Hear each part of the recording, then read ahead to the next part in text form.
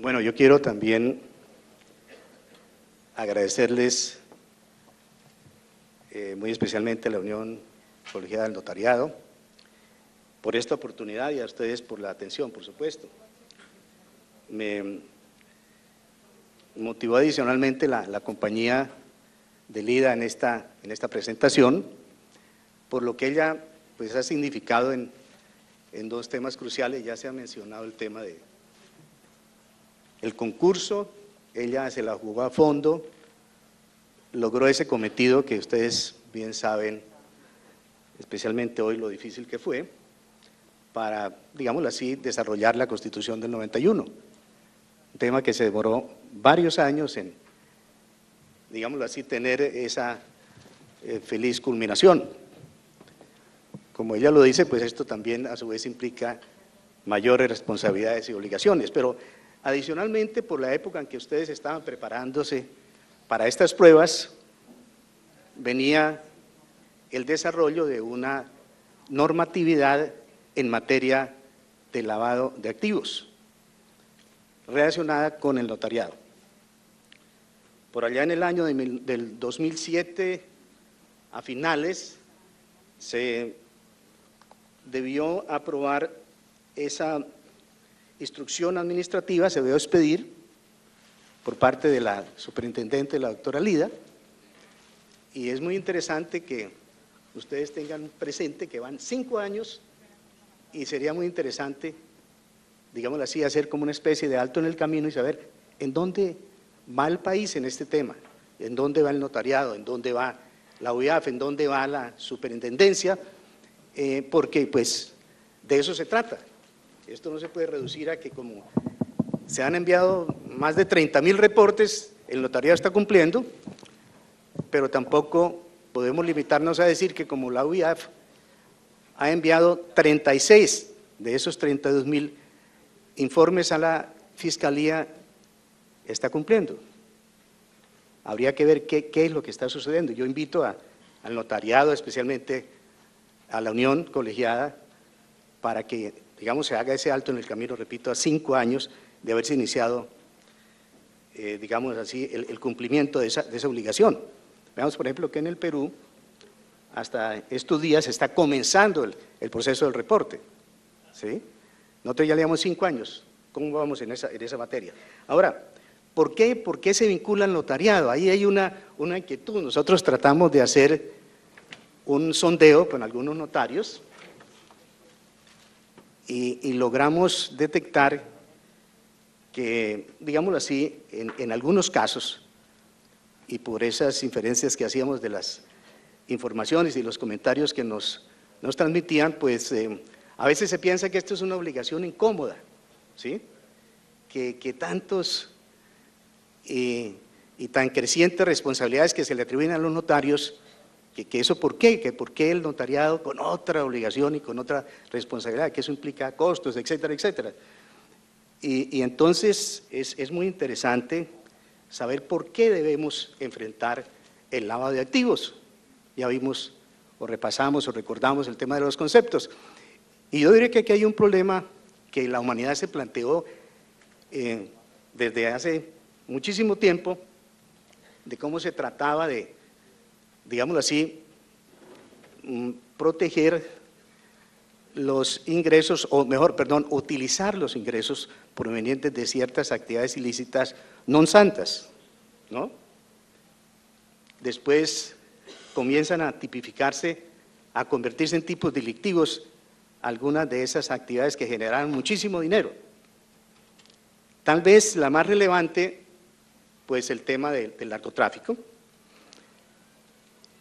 pero hoy ya las legislaciones han avanzado a ampliar el número de delitos fuentes del lavado de activos, delitos contra la administración pública, recuerden los NULE,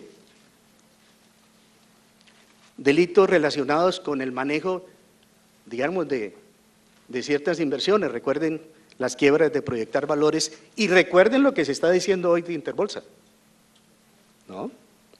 Todo el tema relacionado con los delitos que tienen que ver con el régimen financiero, el secuestro, la extorsión. Todos estos dineros generan sumas multimillonarias. Entonces, ahí se presentó esa reflexión. Uno es el delito fuente que produce esas sumas de dinero, pero ahí lo importante es poder lograr para la sociedad que el delito no pague, es decir, que cometen el delito y quedan con muchísimas sumas de dinero, muchísimo dinero, y entonces que ese dinero no pueda ser gastado, no pueda ser utilizado.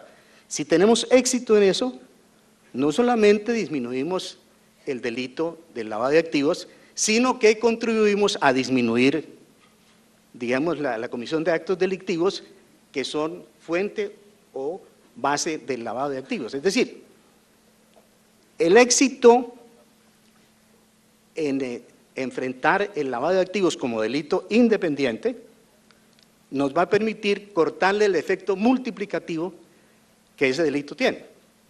Si la gente realiza esas conductas que constituyen delitos, que son fuentes del lavado de activos, y además pueden gastar ese dinero, ¿sí?, logran camuflarlo dentro de la legalidad, pues entonces la gente se va a ver, digámoslo así, de alguna manera estimulada a cometer más ese tipo de delitos.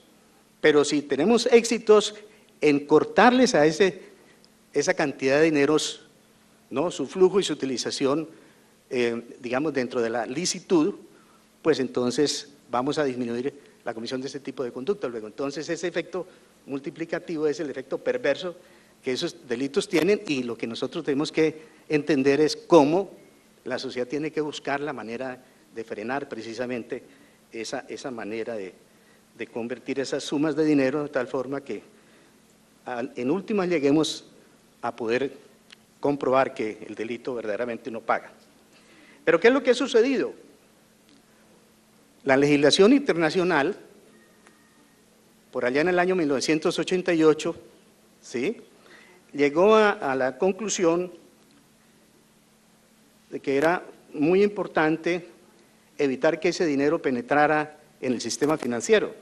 Esa Convención de las Naciones Unidas contra el tráfico ilícito de estupefacientes, una de las denominadas convenciones de Viena, porque hay varias con esa misma denominación genérica, pues entonces se asoció mucho al tema del narcotráfico. Y de ahí esa distorsión. Miren, estos días, por ejemplo, me decían que la guerrilla colombiana ya no tiene como principal fuente de ingresos el narcotráfico, como lo llegó a tener durante muchos años, ¿no? Ahora es la extorsión. Y es algo que tenemos que quitarnos de la cabeza. Cuando se habla de lavado de activos, ya no se puede pensar que se esté hablando solo de narcotráfico, ¿sí? Pero que más adelante, cuando el sistema financiero comenzó a establecer esa cantidad de procedimientos, cuando comenzaron a aparecer esa cantidad de instancias como oficiales de cumplimiento, como contralores normativos, como un staff o grupos muy sólidos, muy robustos de personas dedicadas a controlar el lavado de activos en el sector financiero, pues entonces ahí llegaron los lavadores a la conclusión de que no era lo mejor, ¿sí?, tratar de camuflar los dineros de origen ilícito a través del sector financiero para lavarlos, sino que hay que buscar otras maneras de hacerlo. Y entonces ya el sector real de la economía aparece naturalmente teniendo una gran, pero gran importancia.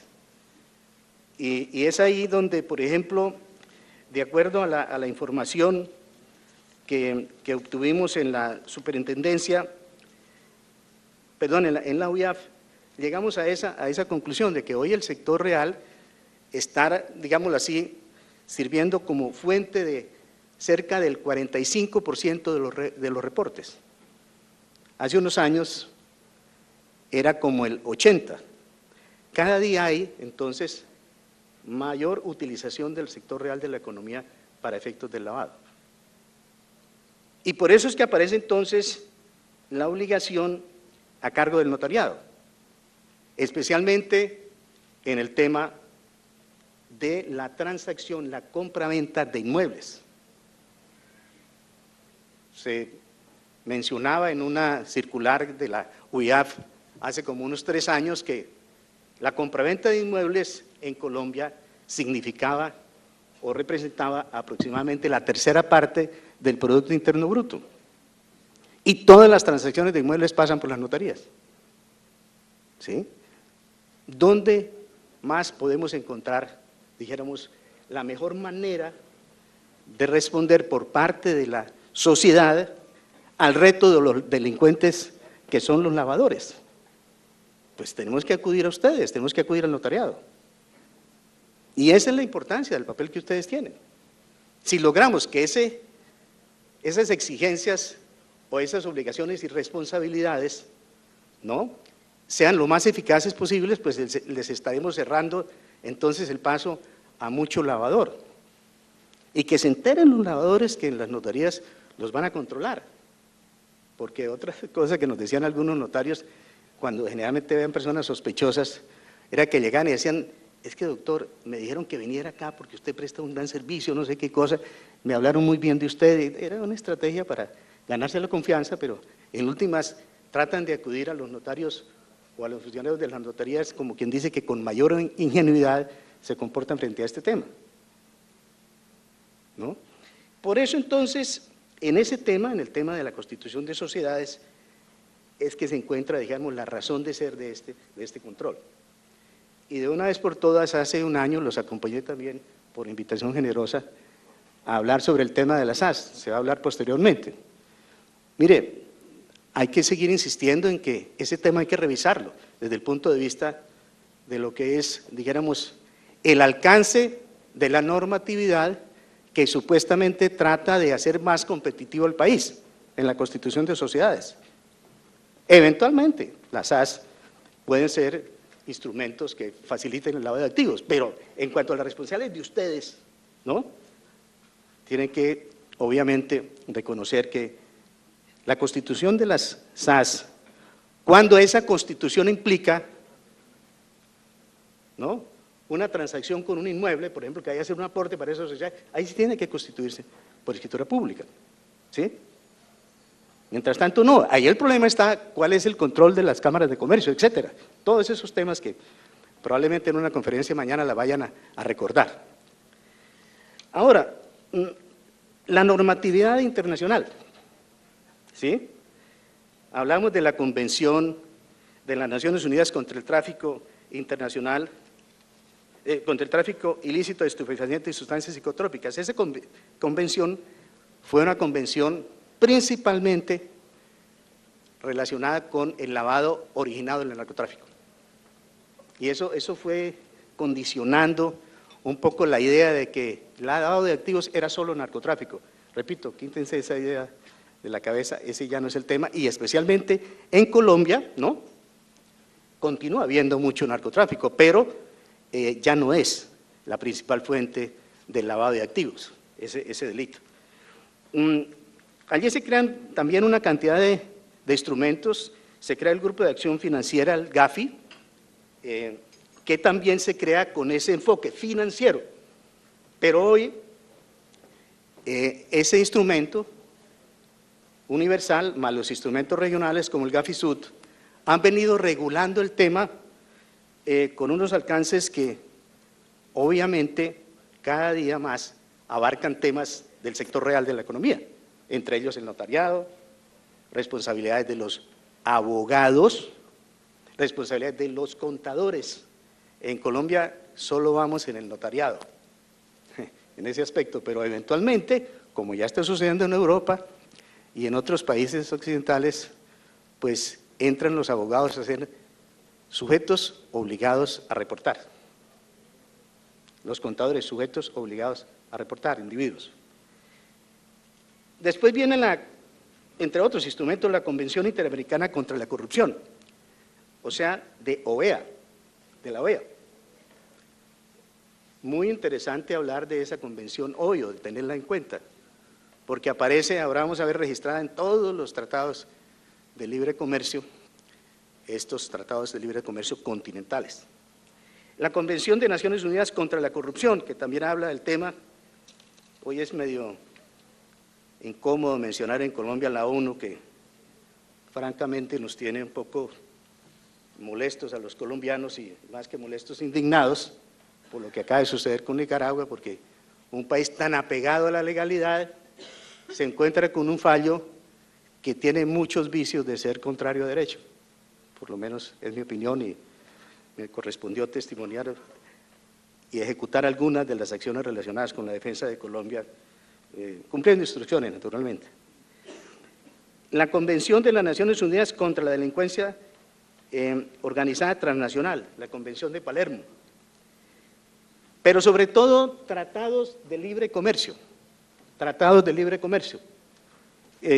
Estos tratados de libre comercio, les diría a ustedes que traen un capítulo, Tratado de Canadá, con Canadá, el Tratado con Estados Unidos, el capítulo 19, se denomina transparencia y tiene un contenido relacionado con que se jueguen limpios los países, que informen de las modificaciones, normativas, etcétera, pero también una parte de ese capítulo que habla sobre acciones anticorrupción y menciona y hace referencia precisamente a la Convención Interamericana, la de la OEA, contra la corrupción y a la Convención de Naciones Unidas contra la Delincuencia Organizada Transnacional, o sea, la Convención de Palermo.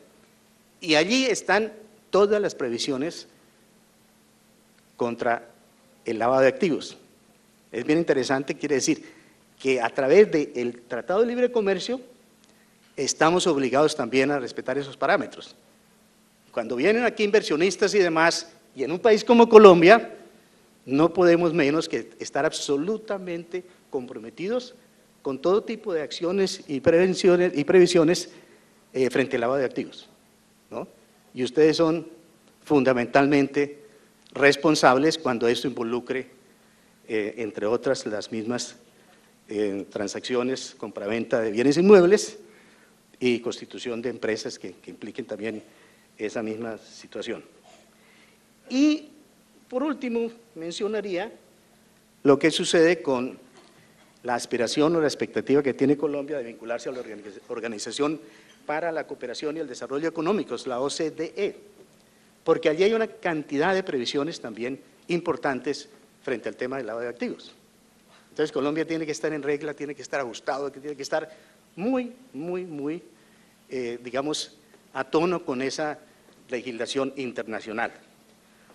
Mire, en estas recomendaciones del GAFI, que eran 40, después cuando volaron las Torres Gemelas las aumentaron a 40 más 9, las 9 relacionadas con el tema de financiación del terrorismo, recientemente replanteadas y las nuevas 40, digámoslo así, 40 recomendaciones volvieron a ser 40. Lo menciono porque esta es sin duda ya verdaderos parámetros de aceptación internacional. Y allí en los apartes que dedican estas recomendaciones a las actividades y profesiones no financieras designadas, a pesar de que el GAFI es un instrumento inicialmente para el sector financiero, tiene una serie creciente de regulaciones sobre el tema del sector real, dice: en cuanto a la debida diligencia del cliente y el mantenimiento de registros con relación a abogados, notarios, otras profesiones jurídicas y contadores independientes, cuando se disponen a realizar transacciones o realicen transacciones para sus clientes sobre las siguientes actividades. Y ahí la menciona: compra y venta de bienes raíces, creación, operación o gestión de personas jurídicas u otras estructuras jurídicas y compra y venta de entidades comerciales. Y también trae una referencia a la exigencia de reportar transacciones sospechosas. O sea, Colombia formalmente está al día, pero faltaría ver en qué momento nos encontramos. Por eso, cuando hablamos de compraventa de inmuebles, quiero insistir que ahí nace esa obligación para el notariado y hay que tenerla en consecuencia en cuenta como una, digamos, referencia. Pero yo diría, y es la pregunta al final, ¿existen diversos procedimientos eficaces para detectar la indebida utilización de la compraventa de bienes inmuebles con fines de lavado de activos? Claro que pueden existir, pero repasando el universo de opciones y posibilidades, no podemos desconocer que es a través del notariado como la sociedad puede en mejor forma, ¿no?, enfrentar este fenómeno de la creciente dedicación al lavado de activos a través de las transacciones de inmuebles. Sin embargo, el registro, ahí hay una muy buena posibilidad. ¿Qué pasará cuando ya se acaban de integrar esas bases de datos? ¿Dónde está la estructura gubernamental para que revise y haga cruces de toda esa información que se tiene también en el registro? Y yo los invito también a que reflexionen sobre esas posibilidades. Ahora, en Colombia existe un sistema que no voy a entrar en detalles, pero que implica, digamos, una serie de órganos o instituciones dedicadas a enfrentar estos fenómenos, ¿no? Está naturalmente la Fiscalía, está la Unidad de Información y Análisis Financiero, que es creada como instrumento especializado en recibir y valorar esa información. Es más, la UIAF, por decisión legal, tiene la función de designar los sectores que a bien tenga para que reporten.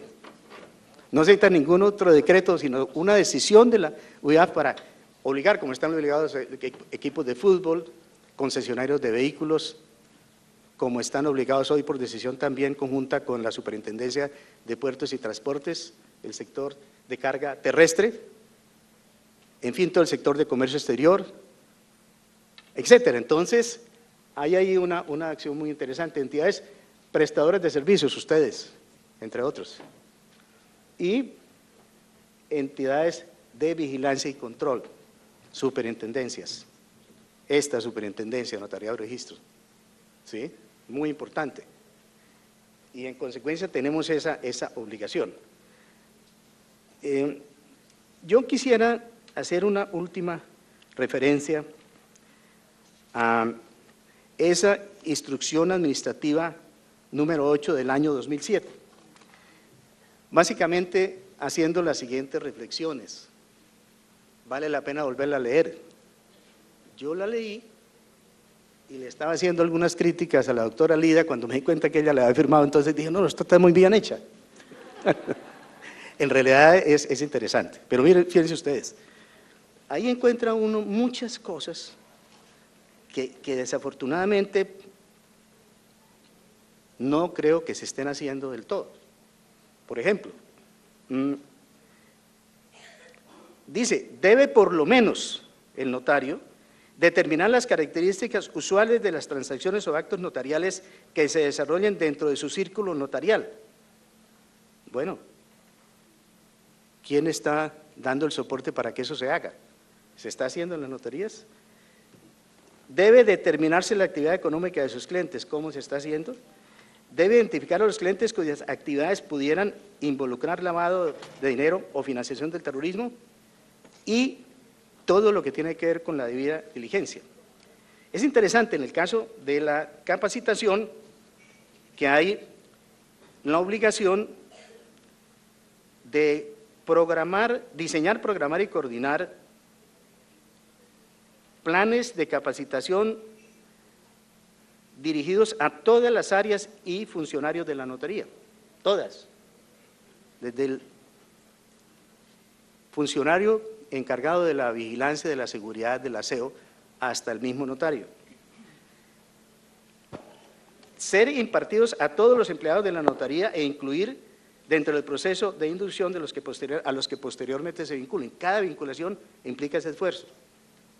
Veo que a veces esto se vuelve algo muy rutinario, las funciones bien cumplidas en cierta forma se las asignan a personas que por su formación profesional no tienen capacidad para detectar cuándo se puede estar configurando o cuándo se podría configurar una operación de lavado de activos, y hay que tenerlo en cuenta.